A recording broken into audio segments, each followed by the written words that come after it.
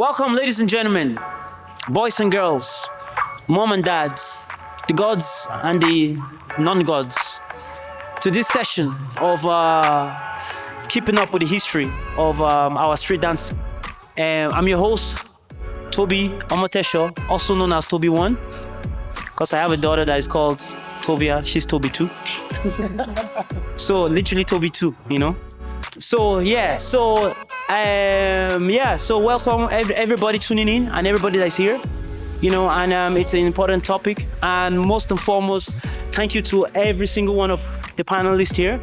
They have put down something here in Irish history, and they have touched me, you know, in a shape or form, you know. So it's quite important, and to see you guys here, some dance teachers and the next gen here, and even the next gen, you know, it's quite important for you guys to know the roots of what you are getting into.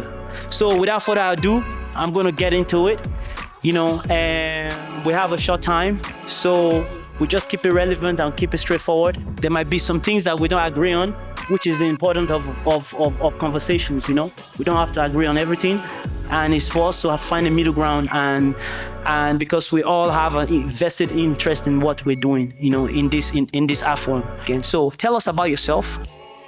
What inspired you to pursue hip hop and street dance, and how did you get started? Okay, so my name is Mary Kelly, and I have been knocking around a long time in this world. Yes. And in the actual world, I'm probably the oldest amongst everybody here. And well, I've been dancing like everyone else since I was a child. In what I thought was disco dance. Okay, so you know, we went to our class, we did our disco, and so I started teaching. I had my own school, probably about 18, 19, and I started going to competitions. Again, disco competitions, disco dance competitions. Yeah. And I've known Charlotte since back then as well. She probably would have been a student in other dance schools at that point. And we were kind of off doing, there was a section in the disco dance competition called Electric Boogie. Electric? Yeah, Electric Boogie. Electric Boogie. Electric Boogie, right? Okay. So, you know, it was kind of a random section, but it was where we excelled. Yeah. My students were excelling there. So after a couple of years, kind of realized that was actually funk style. We were doing funk style. So Funk disco, style. you know, and I suppose when you think about it, yeah, that's where it all came from. Disco, 70s, funk style. Exactly. You know, but it just had different avenues that we went down. So the disco dance that we thought we were doing, that, you know, kids are doing now, that's not it. They had to rename that to freestyle. Because it wasn't disco dance. Yes. So we kind of stole the disco dance side of it and took it down the hip hop route. So that's kind of how I fell into hip hop. Nice. Or street dance. Nice. Or Nice. Whatever way you Whatever we want to point it. Okay, perfect. Thank you for that, Mary. If you want to pass it to who is with, okay. There we go, Doke. So again, tell us about yourself. Yeah. What inspired you to pursue this field, and how did you get started? My name's Doke, and I started breaking in 1998. 1988. Okay. I actually know these guys from around that time because I'm from Oma, and I started out at my youth club, basically. That's how I started. And it was a friend of mine from my crew, P, from Bad Taste. Yeah. Was at uni in Belfast, and he met the Belfast City Breakers at university. Okay. And started hanging around with them and learning bits. Okay. And then he would come back to Oma and show some of us at the youth club. Okay. So every few weeks we would get one move, you know, like the start of a backspin or the idea of footwork. You know, it wasn't even specific steps. It was just like, look at this thing that we're doing. Yeah. That I've been learning. Yeah. And we were like, wow, whatever. And then 6 months of kind of like him showing us bits and pieces. Yeah. In Oma, we had the Oma bombing. Yeah. In 1998, and off the back of that, obviously very horrible thing. Yeah. Our youth centre held a fundraiser. Okay. To raise money for For families for the bomb. Yeah.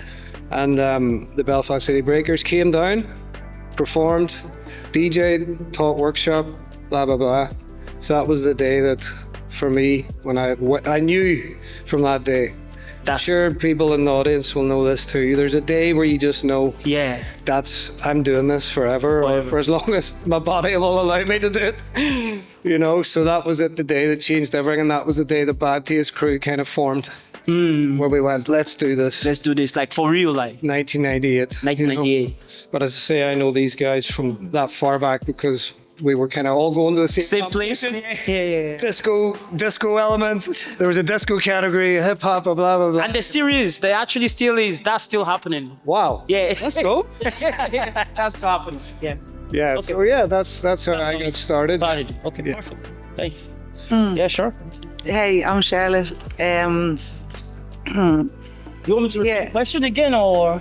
No, I think I'll just go off there. Yeah. So tell us about yourself. What inspired you to pursue this field, and how did you get started? Organically, we get started. My auntie taught freestyle disco dancing, and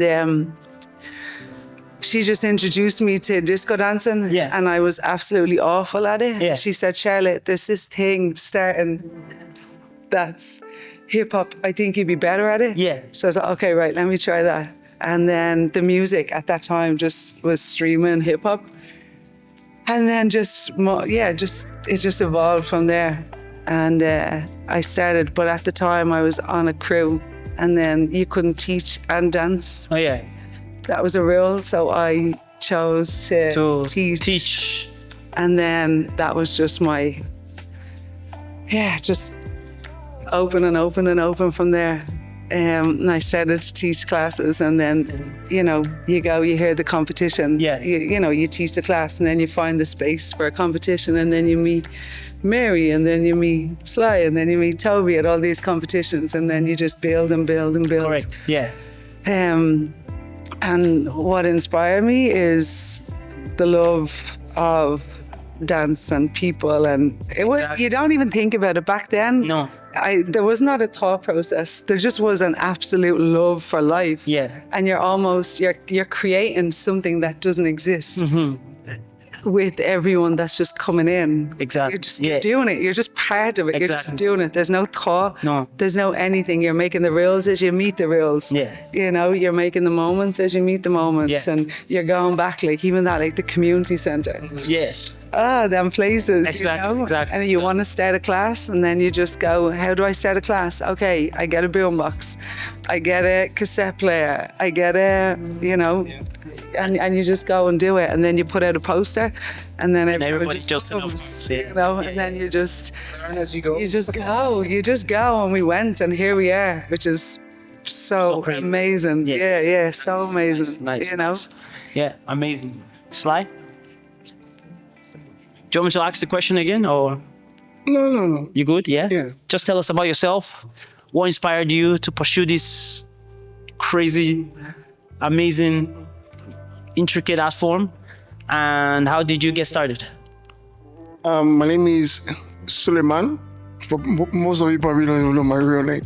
My name is Suleiman Sode. Sly came from a nickname from Nigeria. Okay. So how I got into dance was actually when I was in Nigeria. I went to a boarding school, Okay. and in the boarding school we had a social night. So in the social night, like we used to mime songs. So we used to mime like Tupac songs, so I used to do like miming on the stage, pretending to be the artist. And then one day a new student came. But This was in Nigeria. this was Nigeria. Okay. A new student came to the school, and then he just started like waving, and it was like doing waves, and I was like, this is crazy. Yeah. It was almost, for me, it was like the guy was just floating and was doing like just like slides and glides. I was like, Moonwalk and shit. what is this? So that was that was my first kind of introduction. I suppose we danced, we were just doing whatever then, but that was my first introduction to actual like hip hop style, funk style.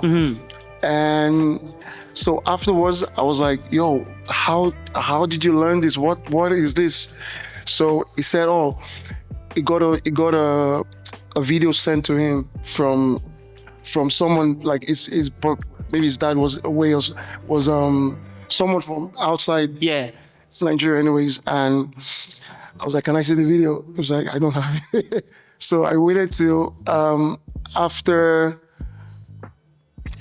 Like during the school break, I went home and I went to his house and I just trained and trained. So I saw the video once and I just It just stayed. Like, crammed it. yeah. And then I went. So and then that was my beginning. That was how I got introduced to that. And And that style it was funk style. it was fun because it was actually, I think it was breaking. It was popping Pete, and 'cause I didn't even, I saw the whole breaking. I didn't even see the breaking I think it was breaking, like the DVD. Oh, Breaking, the movie. The movie. Yeah, Breaking. Yeah. It was more like, I was so drawn to the style of the wave, Wave, popping, electric boogaloo, yeah. that I was like, okay, that was what I was drawn to. So like, I just, in my head, I was like, I just gotta learn all of this. So I just crammed it in and I went home and practiced. And then I started like practicing that. Yeah. You know, so that was what I was obsessed about. Okay. And when I came to Ireland, And when was that? When did you I come? came to Ireland in 2002. Okay. And I went it was in Blanchardstown. So like the closest to school to where I lived then was Blakestown. Okay. Which was like the craziest school in Blanchardstown. Rugged. Yeah. So when I got there, because like I kind of, it was very hard because I was like the only black kid in like myself and my sister. Yeah. And I think there was two. So but it was quite, it was hard for me, but I found a guy called AC, Adrian, Waldeck, which He should be here, by the way, but we'll get him. Yeah.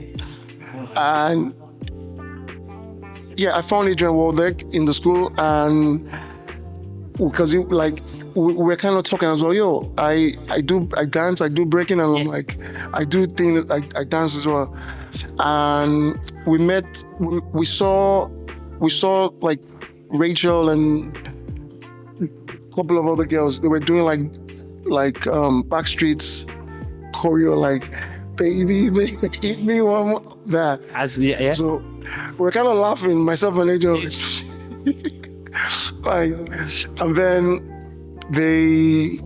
And then those girls would be, probably for me, would be the first B girls that would have come out from Ireland that I would have seen.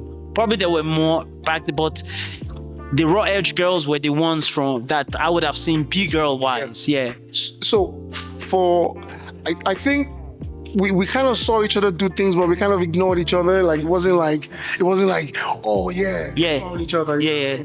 Because we laughed at them like, what, like, you know, What they're doing, yeah. it was even sometimes when I'm doing stuff, Adrian would be like, nah, that's not it. B-boy was where's that? Yeah. So, and I was like, nah, you do your thing, I'm gonna focus on my thing. So we had a talent show, which in the school that I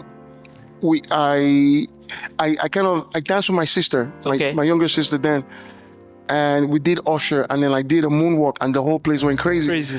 And, with the chain. And Adrian did like head spins, back spins, everything, and they were like, ugh.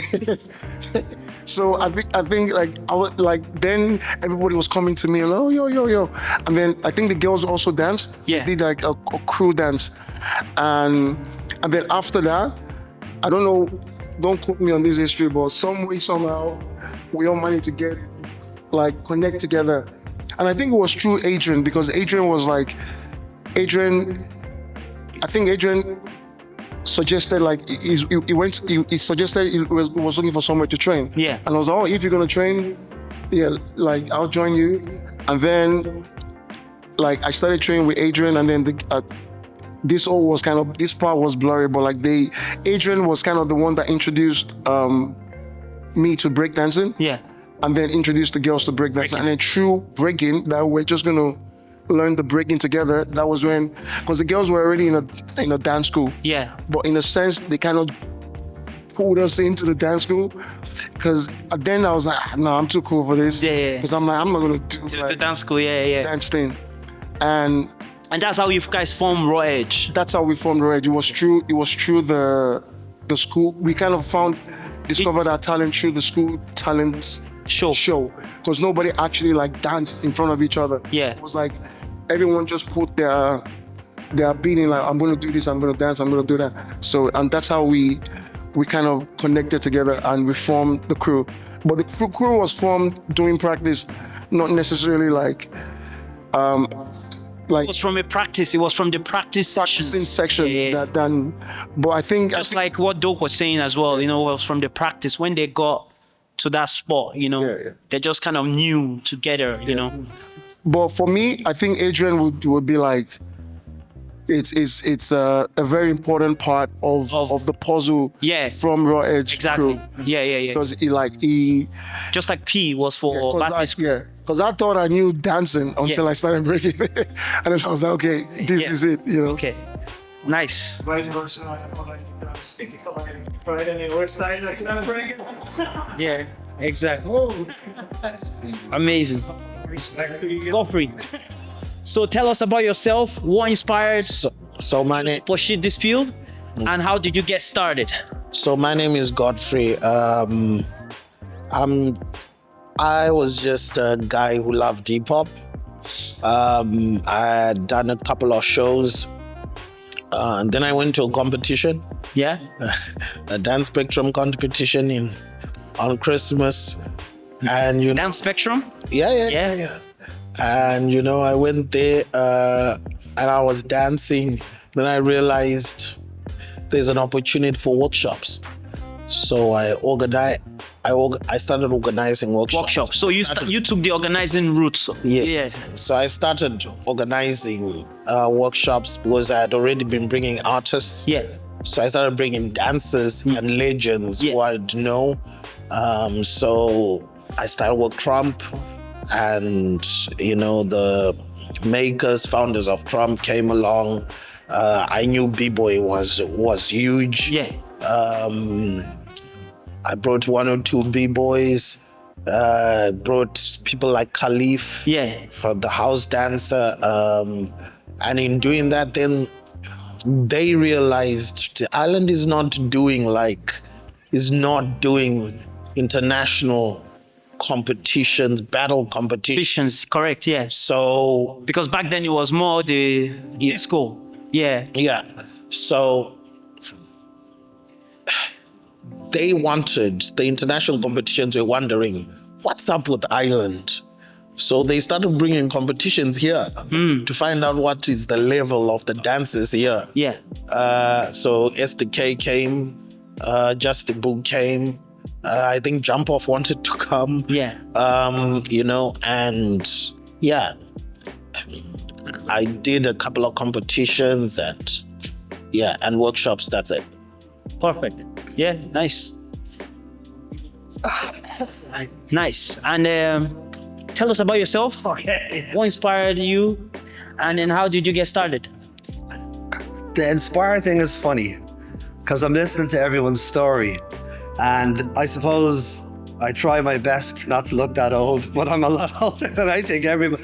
I come from a different Ireland. Yeah. A very, very backward Ireland. Yeah. Very backward Way Ireland. back, okay, yeah. I was explaining to you on the phone Exactly. yesterday Yeah, please that share. Please do share. There was hardly any black people in Ireland. Yeah. When I got into hip hop. Yeah. And so Ireland was just starved. Like, it's a different world now. I was coming through here to the festival, and it was just Exactly, you can hear it. Yeah. But back then, we were starved of different foods, musical influences, whereas the UK, they had everything. Yes. Ireland was a very grey, dull, backward place. Yeah. It just was. Yeah. Not what anyone tells you. Yeah. And so it would have been 1982. I was mad into roller skating with my mum. Okay, Nice. she'd bring me to the roller rink all the time. And I used to ice skate, but roller rink mainly. And you're listening to all the disco tunes. Yeah. And my dad would have brought home cassettes. There was a guy, and his job was always bootlegging cassettes. Cassette, yeah. Not mixes or anything, just Yeah. recording he was a DJ. My dad done that too. Right. Yeah. So in the summer of 1982, Yeah. Shalimar had a song out called A Night to Remember. I was 10. and Jodie Watley was pregnant. So they sent Jeffrey Daniel over to Top of the Pops, and that's where he done the famous mime thing, and he done the moonwalk for the first time. So we were blown away. So kids are obviously, I mean, I remember my mom saying to me, even though I'd be in the living room with the radio on, listening to anything really, even the Beatles, I love the Beatles, I'd be spinning around, and my mom was always saying, "You're wearing out your socks," because I'd be twirling around, right, and there'd be no socks left. But then later that year, Malcolm McLaren came out with Buffalo Gals, right? Okay. And now in 1982, around that time, 82, I seen a couple of photographs from around that era, 82, 83. Okay. And everyone was wearing kind of grey or kind of a grey denim, and everything looked like it was really dull. Yeah. What I'm saying is the grey denim jackets with it, it was dull. And suddenly you've got the Malcolm McLaren Buffalo Gals video. And you're looking at the Rocksteady crew, and they're wearing these lovely bright colours. They're all wearing the same colours. Yeah. They've all got the double laces. Yeah, yeah. What's that all about? Nice, yeah. There's a dude doing graffiti on the wall. It's Dondi, right? Yeah. You've got the world famous Supreme team rapping, and then you've got them pulling back the record. And you've got all the elements of hip hop in, 3.5 minutes or something, and it's just mind blowing. Yeah. And there was no MTV, no YouTube, no internet, no nothing. If you seen that video once, it was ingrained in your head, and when you spoke about it to the friends in school, that's the only memory you had of that video. When Shaka Khan was number one with I Feel It For You in 1984, she was number one for 3 weeks. The first week they showed the video, and Boogaloo Shrimp and all them, they're all in it. I was like, mesmerized. They never showed it the following week, and on the third week, and it was number one to counting down. And it's number one back for the third week in a row. It's Shaka Khan and I Feel It For You. Don't forget to join us next week. And they played out with a different song. And I'm thinking, what the fuck? Yeah, yeah. As a kid, I was 12. I was distraught. Yeah. But what happened was, and you can't believe it, breaking was just such a phenomenon. The press were overwhelmed with it. They were saying it's a fad, it'll be gone. But in school, and I was in primary school, kids were like trying moves like, the scorpion, which is basically walking on your hands, but they were doing it on the tables. I mean, people were obsessed. It was like they'd been taken over, their minds had been taken over by a religious cult or something. It was crazy. And all the parents were wishing that this damn thing was gonna go away. Yeah. And it didn't. And what happened was, I remember the summer I was in primary school. It's a long story, and it sounds too good to be true, and I won't even bother telling it. But during that summer, I was going to go into secondary school, and I was going to say goodbye to my breaking friends from primary school, who were shit. We were all shit. Yeah. But I had a killer backspin. Yeah. I had 22 full revolutions was my backspin, but how I kicked into it was really unique, okay? Yeah. And I met these other kids. I was from a really tough neighborhood. Yeah. So I met these other kids, and they told me about a place called Breakers Alley. It sounds made up. And as I went down towards Breakers Alley, I could hear Rocker's Revenge battle cry. And when I went in, the kids had got white or cream, like emulsion paint, and it was a laneway, big laneway, and they had 2 layers of carpet and a layer of lino. Wow. They had a ghetto blaster. They were all wearing windbreakers. Wow. And they had written break with a paintbrush. That was their graffiti. And that was it. They were my crew. They were called the Boogie Breakers. And then straight away after that, we were called the Team City Rockers. I couldn't find my Team City Rockers t-shirt. Yeah. I have one and I wanted to wear it. But after that, it was just crazy. And this was back when? I started in 1982. Yeah. So I kind of, 1982. It was really nothing happened until Buffalo Gal. Oh, let's just for the record, just to put things into perspective. Michael Jackson didn't do the moonwalk and the Motown thing until the following March. So you saw it first? Everyone saw it first. It was, you were watching Jeffrey Daniel done the moonwalk on TV before the Motown. MJ. Was it 21 or 25? I can't. 21, I think. Motown 21. Yeah. And so that was it. And it was Poppin' Pete that would have taught MJ. It was. Yeah. I would have befriended Shabadoo and Boogaloo Shrimp. And Shrimp. Yeah. I would know those guys really well. I spoke to them like hours on end about all that kind of thing, and You know, the stories they have to tell are amazing. Yeah. It was one little camp and everyone was feeding off each other. And likewise, that's how we got our moves. You know, we were all sitting around back then. It feels like the summers were better back then, but we would all be lying around sweating on the summer holidays on a piece of lino, or maybe we dragged a lino under a pylon. There was a documentary done, or a piece called My Tribe. I think it's still available for RTE. They were like, you know, looking into an hour of speaking to people whose tribe was punk, whatever. And there was one where it was hip hop. Yeah. And they asked me to do it. And one day, I was trying to bring loads of people in. They were like, no, it's got to be 60% Irish speaking. And, you know, I was like, okay, you know, when they're funded by the BAI. And I was thinking, you know, I'm not the only one who has this story. All my friends from back in the day.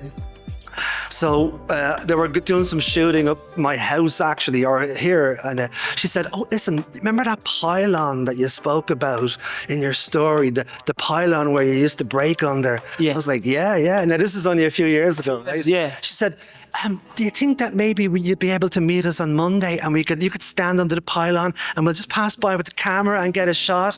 I said, yeah, brilliant. About a half an hour later, I got an email. Do you think you could get one or two of the guys that you spoke about? I didn't even fucking finish reading the email. I was on the phone. You're not going to fucking believe this. Get your runners, get your top, and even baseball. I was getting all the guys back together, and loads of us got together. Oh, amazing. But some of the guys... Are they still here? One guy... You see, what happened was, in the 80s... We used to go to these dance competitions in the National Ballroom up on Parnell Square. Yeah. And it was disco dancing, right? Yeah. But they eventually, I think it was by about 86 or 85, they decided to start having a breakdancing section. Right? Okay. So we'd be like standing around, bored off our heads, watching all these little 10-year-olds in leotards and stuff. Yeah. But then it would be our section. But the guys would it was funny because the guys would like take what was originally street, but they'd be putting like glitter. Glitter on their tracksuit. One guy turned up in a tracksuit that was transparent. It was transparent. Anything to stand out. And what happened was then there was a guy called Affley or Cameron Shante from one of the Manchester crews. He came over for one of them in 1986. And he was staying over here for a while. A guy called Affley or something his name was, right? Yeah. And this guy was a god. We'd never seen anything like it. I mean, he could do the verticals and all. We were all good here, you know. I mean, I even remember when they kind of started in the kind of like towards the late 90s with some crews. I remember thinking the 86 crew would have kicked their ass. But then I'm in a WhatsApp group now with all those cats. Yeah. They're looking back and they're going, how did they do it? So with that, right, I'm gonna lead into the next question because I'm conscious of time, right? So what is the challenge now that's facing like now? What would be from you being back there, from seeing how it started?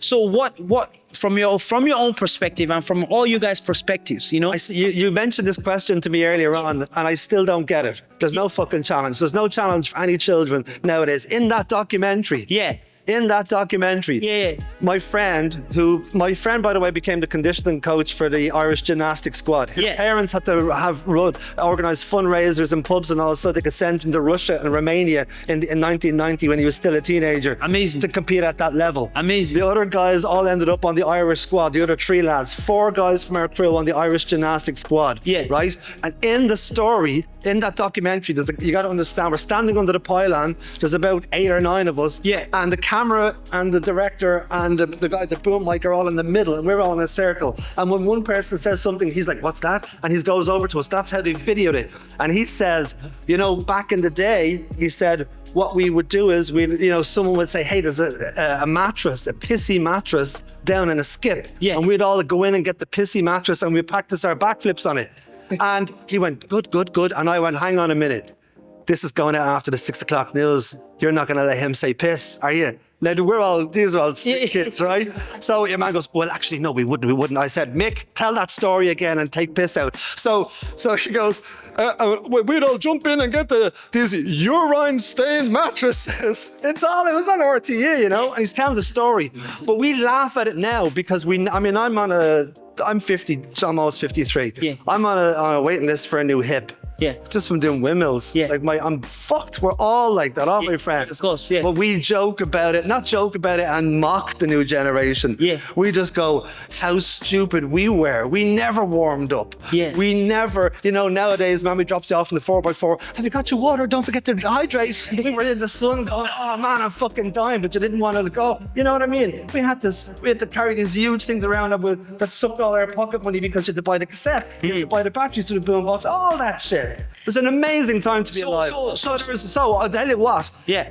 The only thing that breaking needs to survive is a community spirit. Community spirit. Without that, you're fucked. Yes. But what happened was we had so many people that were mocking us and going, what the fuck are you doing? Those shit. Well, I'd go to school, there was only 1 or 2 other B-boys in my school. Yeah. Out of 500 students. Yeah. And people be walking down the corridor and they'd know I was into hip hop, but they go, this was 1986. So Run DMC maybe might be out, whatever, but nothing on TV or anything like that, right? And they go, do a rap into your face, and you just go, get the fuck out of here. Yeah. But that's how stupid and how arrogant it was. Nowadays, those guys are probably driving their kids to school listening to Tupac going, oh yeah, back in my day, it was Run DMC. Yeah. So there's no challenge now except people gotta work together. Because when it's splintered, you can forget it. And it's the same with everything. Yes. The punk rock scene, you watch the good punk rockers, they all meet up, the people into Northern Soul, all the skins, they all meet up and have these events where they drive together, they piece together. Yes. If you don't do the same thing with hip hop or dance, b-boy and dancing, whatever it is, forget it. dead. But it's splintered, you gotta unite. Nice. And we used to go to the Central Bank in Dublin every Saturday morning because we'd bring floor polish and shine that, then they'd come out with the hose at around the afternoon and drive you off. Exactly. But it was a great place to be, great echo for a ghetto blaster. It was almost like having our own stage. You'd go by in a car or a bus on Dame Street and here was everyone displaying their moves that they'd been breaking their back at home in their kitchen all week so they could showcase it. Nice. And that was the stage then. Nice. I like that. But that was our come together. I like that. What about for you then? Bring it back down. Yeah. Now, Yeah. Go. let me just say, like, if you went out and I remember Shabadoo. There's a time I wanted to get Shabadoo and the first question he asked, do you know Eric B? That's how I knew this guy. Oh, really? So I'm saying that because when I came up in Ireland, it was the most important thing for me. And when did you come into Ireland? What date? Early 2000s. Early 2000. Yeah, Early that's when everybody kind of Yeah. But the most important thing was authenticity. Authenticity. And I think that's still a challenge. Yes.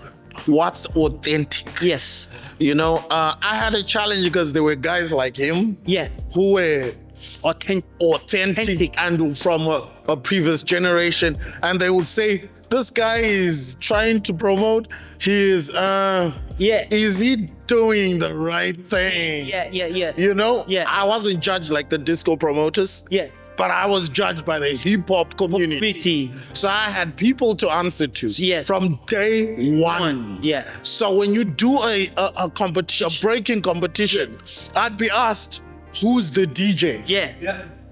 Who are the judges? Yeah. I still get asked that. Because it's an authentic platform. Yeah. And I think our important thing in hip hop is we still need things like that. We need the people who are organizing stuff to understand we need authenticity. Yeah. That means if you're gonna do a breakdancing section, when I went to a competition, the competition I got disqualified because I crumped, and I tried to explain to them, no, it's crump, and this is a freestyle event, so this is the only place I could do. Yeah. And they disqualified me, and I said, I'll be back. Yeah. And I did come back, and I came back with my own competitions. Right. But, it was about authenticity. Yeah. So I think the challenge that we have is what is authentic. Okay. When you go to international competitions that are platforms like this, I know Red Bull doesn't even come to Ireland because there's this thing. It's not really like, there's no real hip hop in Ireland. BC One once came, same thing. They think You need authenticity in that country. Yeah. You know, so if you're a dancer and you're gonna do hip hop, Yeah. learn the styles. There's a difference between jerking. There's a difference between breaking and popping and locking and crump and all the styles Yeah.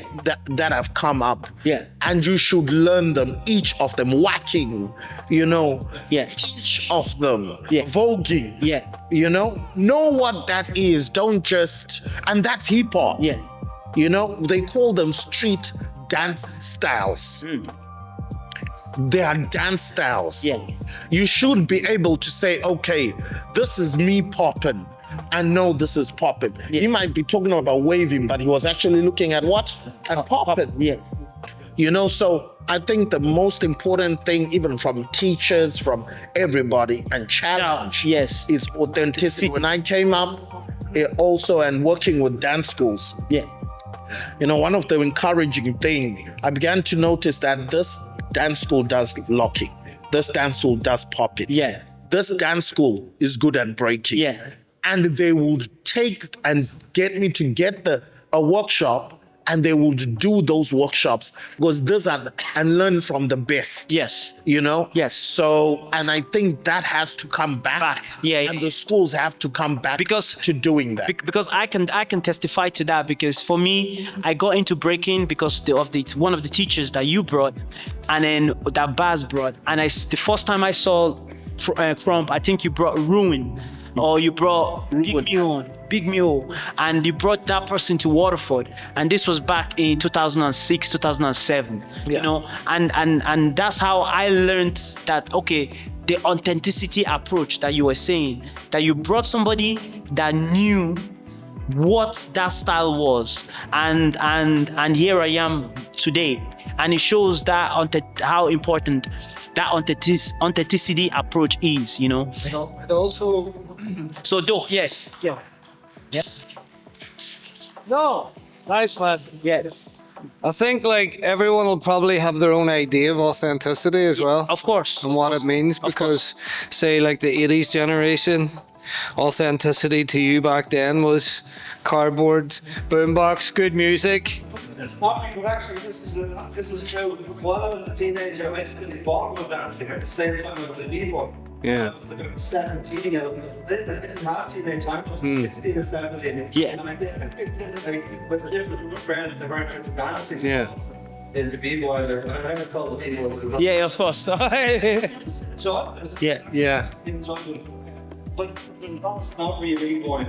And everything's very, very public. Yeah. Dying to push down. Yeah. But and they are very. Well, it's ego. It's ego. We are surrounding each other. Yeah. The DJs surrounding each other. Yeah.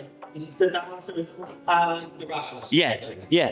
Because it's a very competitive environment. Yeah. That said, when I watch the breakdance movies and they get to the part where it's a jazz dancers, I never fast forward. Because I appreciate everything. Yeah. Art. Yeah. Exactly. Exactly. People have respect for others. Other styles. Correct. Yeah. Yeah. So from your own perspective, then, what is the challenge then? That from your own. For me personally, and this is my own experience. Yeah. I think when hip hop, which is a culture, Yeah. goes into a commercial Space. Yeah. it changes Correct. It does. because it's been dictated. It's not authentic then, Yes. because it's maybe not necessarily the people from the culture running the event, or if it is the people from the culture running the event, who's got the autonomy, who's got the decision-making power? Exactly. So I think this is where it's great. Don't get me wrong, like I'm not hating at all on the fact that nowadays people can get paid Yes. to go break or to go do any style. But I think there's a responsibility on this generation Yes. to Own it. keep the integrity and authenticity alive. So if you're working with Red Bull, you need to be confident in yourself to say, nah, not doing it like that. Correct. This is how we do it. Perfect. And I think that's not letting it get watered down or diluted. Yeah. Because at the end of the day, brands are there because it's financially appealing. Yes. It always has been from the 80s. Yeah. but it's what are you getting in return for this exchange? Exactly. So I think it's just the people in the culture recognizing that they have something very valuable and precious as well. Yes. To like protect. Yes. In that space. Yes. Apart from that, get your socks and shoes laced up and let's go. Amazing. Yeah. All right. Yeah, sure. The challenge is that in the present you can go as global or as local, but in Ireland they just say like from what you've seen, from what you've. I think it is that we have seen now. We used to be local communities, no internet. Yeah. We would just see MTV or Top of the Pops or something for reference. Yeah. And now it's just we can travel. We can see YouTube, everything. The world is so open now, so it's more. We can connect more. We can create more. So the space has maybe diluted from, many different plethoras of, from your dance comp to your battle to the theater. Yes. That's something that's opened to me. I now see, because I'm not involved in the hip hop scene at all. And why I'm not involved, because this is my evolution and that I did my job there. Yeah. And I transcended into something else. Yeah. But why I could not grow anymore was that I did not study hip hop anymore. Yeah. So I couldn't grow. Yeah. I didn't educate myself anymore. Exactly. So I was teaching hip hop class. Yeah. Probably actually never really taught hip hop really, but listen, it is what it is. Yeah, exactly. And we exactly. learn, Yeah. and we know no different at the time. Yeah. And then, I met the moment where I was like, I can't further these students, so it is not fair that I do on either of us. So I grew into another space,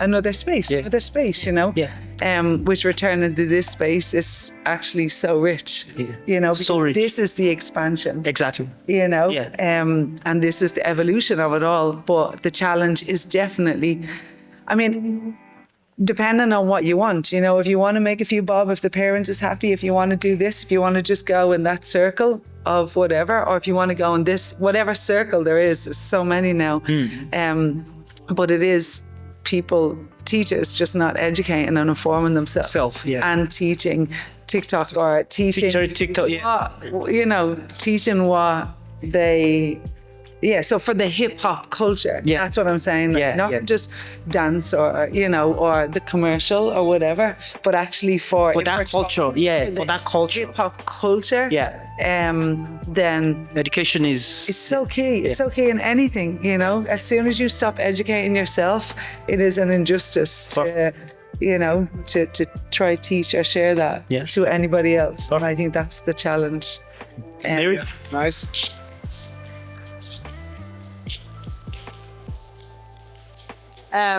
So for me, there's lots of different challenges. So the area that I'm involved in is competition, and I ran a battle here. A long Euro battle. That was Euro the first competition that my crew have gone to. Obviously, we had met Max, myself and Charlotte, and a couple of other people, and we formed at the time what we called Irish Hip Hop Federation. Now that I don't want to go down that thing. That's another. But we did this because we recognized that the rules were all over the place, and we wanted to try and bring it in and kind of put a bit of order to it, because there wasn't any order to it. So the challenge that I think in listening just even so far is allowing this generation to evolve without snobbery into their authentic selves. Okay? So everything that you're saying, right? Allow them, because I'm not out there watching. Charlotte just said that. I'm here now to support, to try and guide everything through, make sure that there are battles, that there are the right judges, the right workshops, everything. But allowing the generation, because things are changing whether we like it or not. We can, the dance style is developing, and I'm not allowed to say breakdancing in my house. Yeah, It's breaking. he's breaking. Breaking, right? Okay. I'm allowed to say that, you know, it's not breakdancing anymore. So everything changes that way, and I want to respect that, and I want to help nurture anyway in the growth. This is great because we're getting everybody's recollection and opinions, and you know how the grassroots of where we started. But I also am conscious of snobbery. Yeah, of course. Okay, Yeah, I am, because at the end of the day, hip hop was always a street style. It was an underground. It was a bit rough on the edge. It's not. Yeah. Do you know what I mean? Yeah. It's not. Like, it's not anymore. Yeah, I'm fresh. Yeah, where it grew from. And you know, I think I think that's the thing, is allowing. It's even down to the fashion side of things. Exactly. You know, when you go to a dance competition, throwing on your glitter to fit in, that still happens. And one of the things that I think everyone loved about hip hop was you could turn up in whatever. Anything. Okay, whatever. Exactly. You don't have to spend £1,000 on a dance or a costume. Costume, yeah. You just turned up in whatever. Exactly. And your crew could turn up looking really cool because you went to Penny's and you bought cheap T-shirts, and you know, and you had your name printed or graffitied or whatever. So it's allowing that to happen, but also being responsible for helping to guide. So you guys are running a great event this weekend, so you're helping to guide forward. Yeah. And you know, all the speakers here tonight will have had its history for a reason. It doesn't mean that I'm right. Yeah, exactly. Okay, I'm not the most right person here, right? Yeah. We've all experienced different things, and even any of the battles, like, yes, Just Debut was here. It was a disaster. Let's be honest. It was a disaster. You know, Euro Battle we did for a couple of years. We were very lucky. I'm not sure. Did you go to Euro Battle with Bad Taste Crew? You did. So you know, we gave platforms to dancers. We gave platforms to a generation that are probably now 30 odd, and you know, and I know one of my kids went on that platform as well, and now teaches. Yeah. But again, it's like, so you look to them. I look to them and go, right, so I look at my child here now and go, and you'll do the same. We'll all do. We go, tell me what's happening. Tell me, and then your experience being back, what you bring yourself right back, and you go, okay, so that for me is the challenge. And we have to trust the generation, and allow them to evolve without saying, no, that's not how you do it. Yeah, perfect. Yeah, perfect.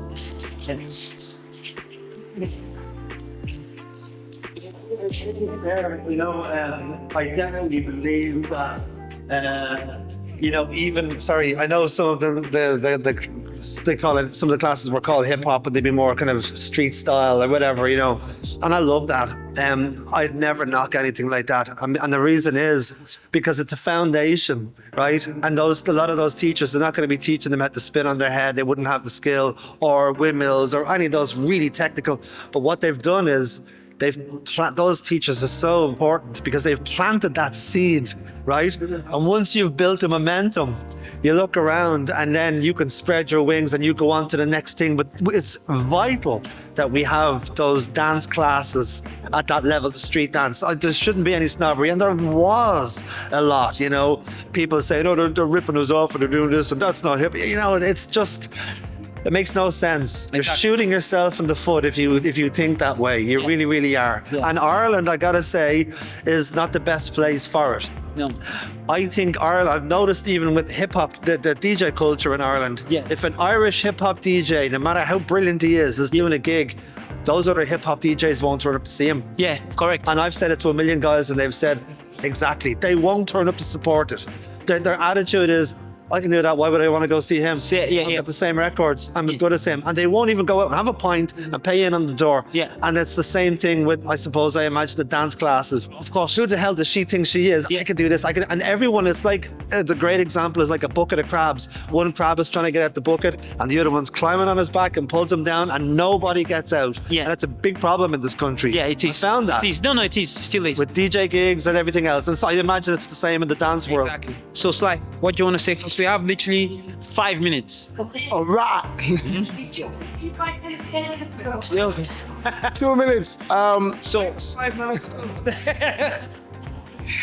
Obviously, coming from because I'm kind of like an hybrid between like the battle scene, kind of breakdancing, and the street, the social dance or street dance scene.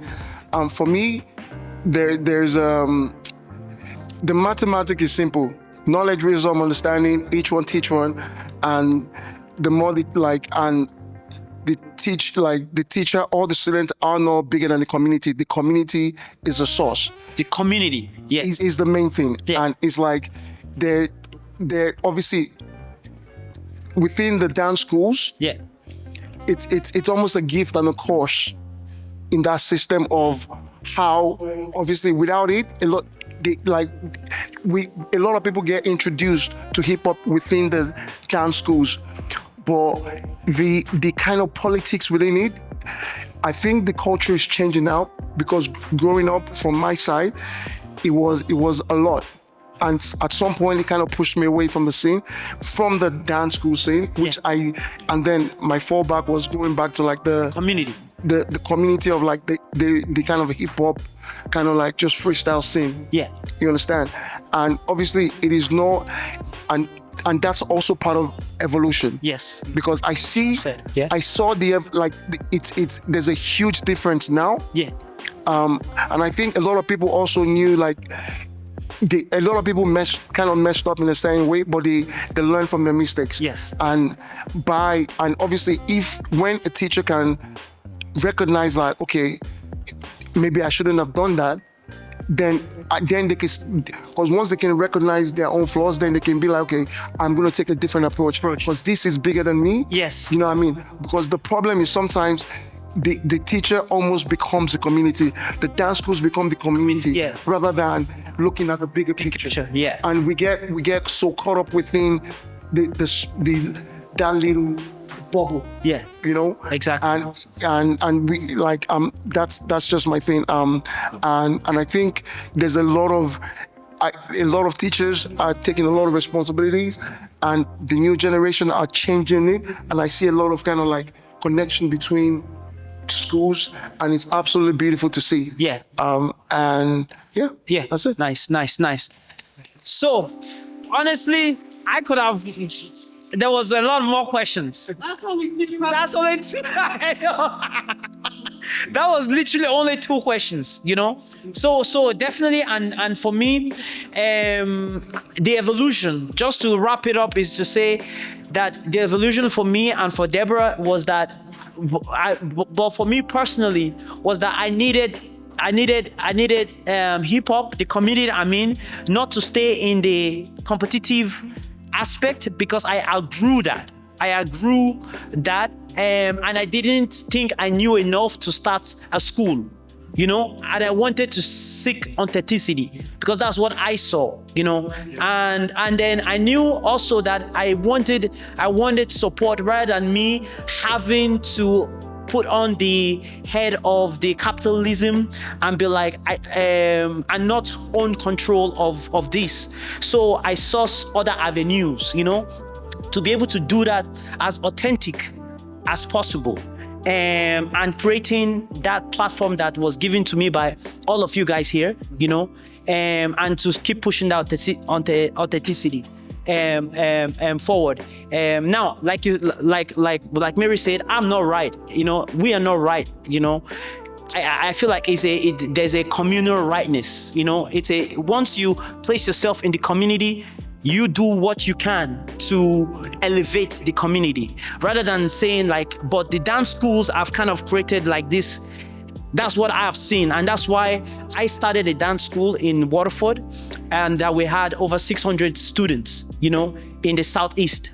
But I removed myself from that because I did not, it was blocking itself in. And I wanted to be part of a bigger community rather than just a dance school, you know. But, and yeah, it was the help of everybody here that was putting that structures down for me to be able to do that. And then here we are, and then meeting Deborah, and Deborah shared the same thing, and we will get her as well sometime, you know. But I just want to say thank you, everybody. You know, this is just the beginning. We're going to do this again, you know, and yeah, come on, let's give them a round of applause. Have you seen this question? We'll get back to the other trick. Yeah, the talk question. You know, we next time. Next time. Tune in here on Top 8 TV. We'll see you soon. Peace out. All the best.